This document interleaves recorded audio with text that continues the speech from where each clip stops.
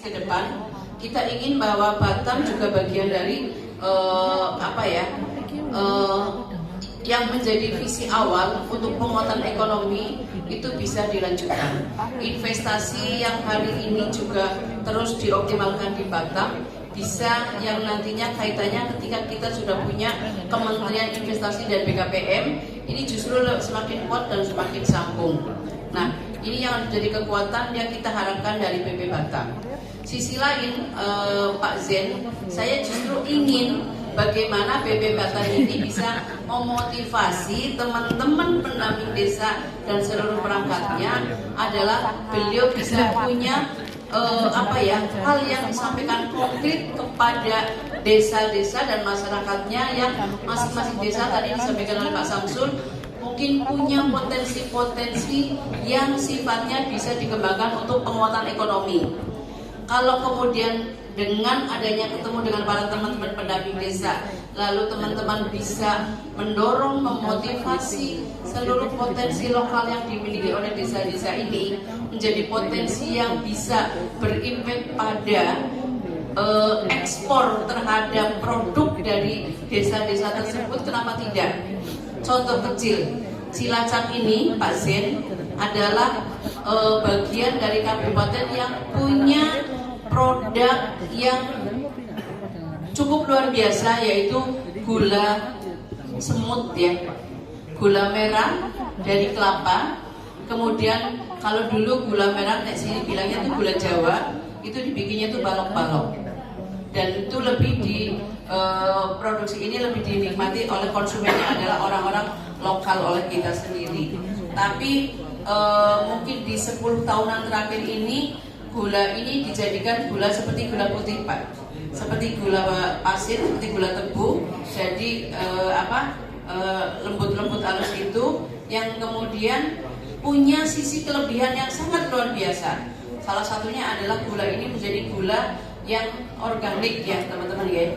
Gula organik yang karena dia pembuatannya adalah tidak menggunakan zat kimia.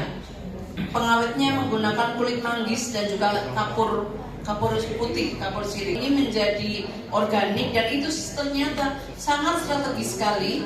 Karena apa?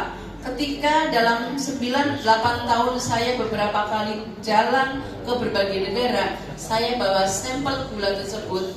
Ternyata terutama di Eropa dan Amerika tidak ada yang bilang tidak tertarik, semua tertarik. Bahkan di beberapa kali Trade Expo Indonesia, ketika setelah ketemu dengan saya rekomendasikan untuk yuk kita nanti ketemu di Trade Expo Indonesia. Dan mereka datang mencari, dan ketika kita bawa ke tempat tempat-tempat gula, stand gula tersebut, mereka geleng-geleng, ternyata Indonesia itu luar biasa. Dan sentral pembuatan gula ini adalah di Jawa Tengah sekitarnya, terutama selatan, Cilacap, Banyumas, Banjarnegara dan Kebumen. Oleh teman-teman pendamping desa agar mereka sampai pada puncak melaksanakan ekspor. Meski tentunya sambil jalan masih ada beberapa kendala. Kendala pertama adalah apa? Tentang kebijakan keberpihakan atau pemberian kesempatan negara kepada pelaku usaha ini masih belum serius. Saya bilang belum serius kenapa, Pak Zen?